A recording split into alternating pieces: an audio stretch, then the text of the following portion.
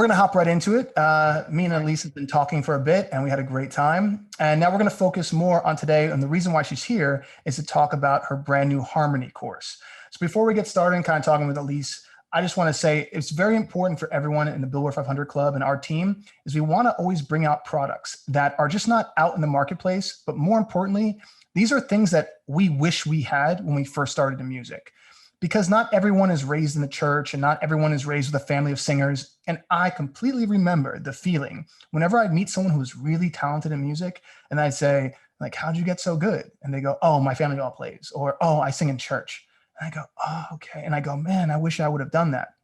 So when I got older and I actually joined a gospel choir, my ear grew tremendously from hearing vocalists all around, different ranges, different pitches, and being able to blend harmonies. And that ability took me into working as a vocal producer, which extremely helped me to arrange harmonies and just think outside the box by almost hearing the vibrations that were coming off of other notes and other people, and then go, oh, I can actually hear things in movement, right? So that's the reason why I'm so excited that Elise took the time to create this amazing course for everyone to kind of help you do the same thing, but do it in a lot quicker time than I took. Because you don't take the 10 years I did before I joined a choir to figure out some of this stuff. So that being said, Elise, I just want to say thank you for coming and thank you for building this course. And let's kind of ask you some questions. First off, I wanted to say, how did you get singing in harmonies and kind of what inspired you to make something like this? Thank you so much, Adam, for having me, first of all. My pleasure. I have a very similar background as you of listening to gospel music and suddenly having this just a huge light bulb going up in my head, just understanding the power of the Mm, synergy that comes with singing with someone in a room, or even just singing with yourself a bunch of times, which is what I go really, really in depth with in my course. I grew up really just liking harmonies. I also, similarly to you, I did choir when I was younger. I did more of the choral stuff, so less gospel music.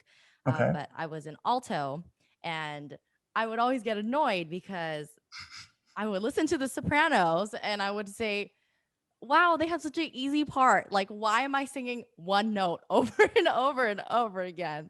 Mm, But thinking back and looking back on that, I'm very, very grateful because it trained my ear ever since I was little to hear those different parts. Because if you grow up singing the melody the whole time, it's really hard to hear everything around it, the that's so harmonies around it. true. Yeah. So going through that, and then in college, I went to Berklee College of Music, and that was when I was introduced to gospel music, and that just everything clicked for me there. The Mm, beautiful three-part harmonies that you would invert them, and that's actually something I talk about in the course too, to create more of an umph and kind of a crescendo when you're uh, producing or recording a song, is to invert the harmonies. You move the lower harmonics to the higher octaves and it builds. It just, this oh, beautiful energy wow. comes out. Yeah. So I'm really passionate about harmonies and I love vocal production. So I was really excited to hop in and write this course and record it. Whew.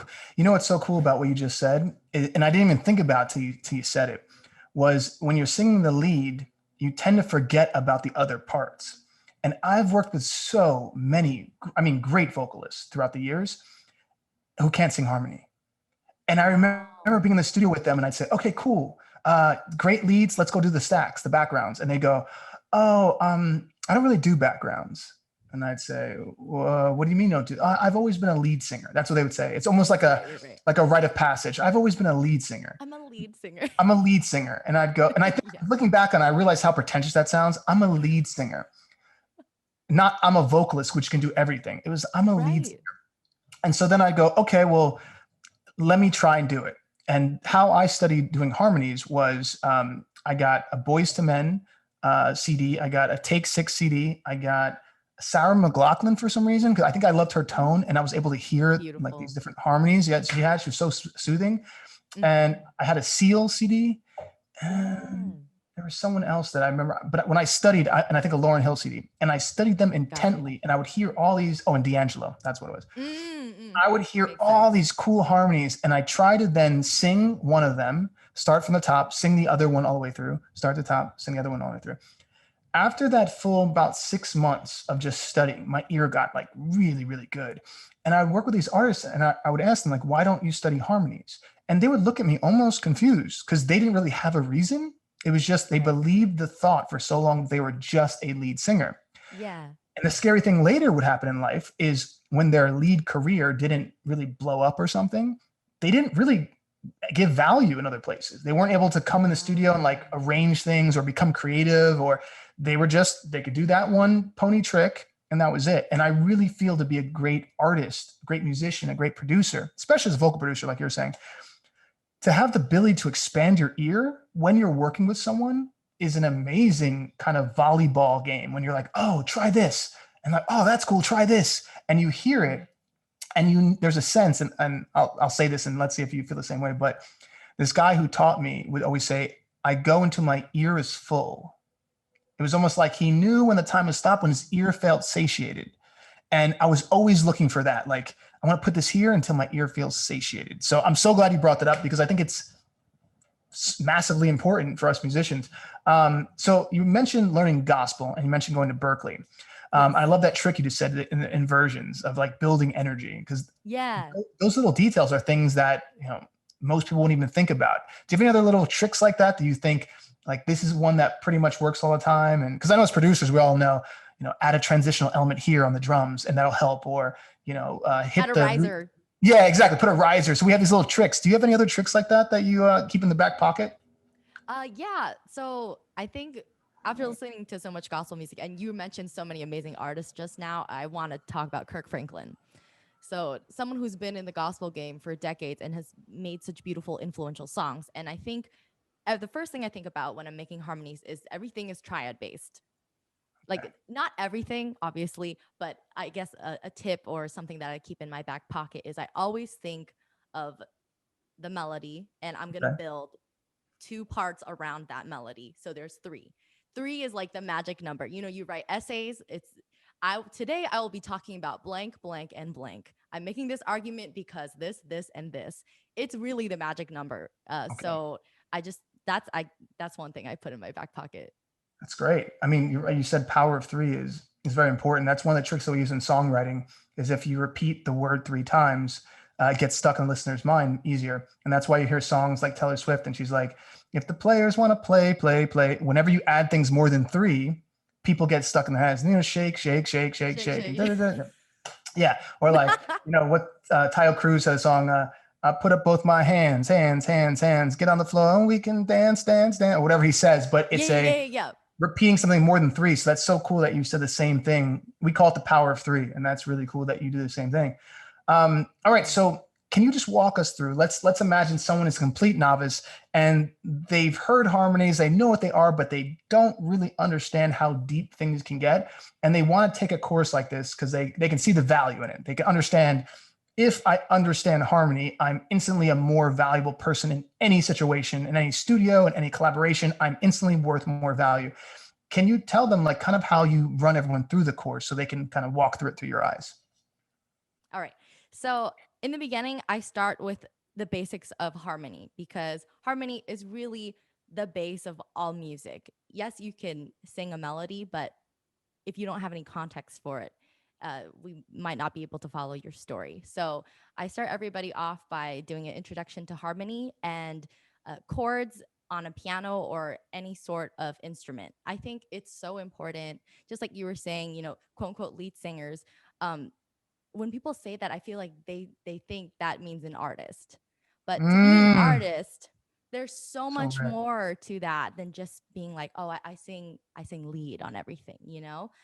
If you as an artist can paint the setting and the picture for your listener, that is what makes you a real artist, So right. You're so right. Oh, And you just dropped a major gem there. Because what you did was you just changed the perspective of what an artist really is. And that's creating a canvas and a platform of art, not just a one pinpointed thing and saying, this is what it is. And it's about having all those feelings that if you can create your own backgrounds as well, you're creating more feelings that you feel. Ah, genius. I'm sorry to cut you off, but that like did no. one of these in my mind anyway.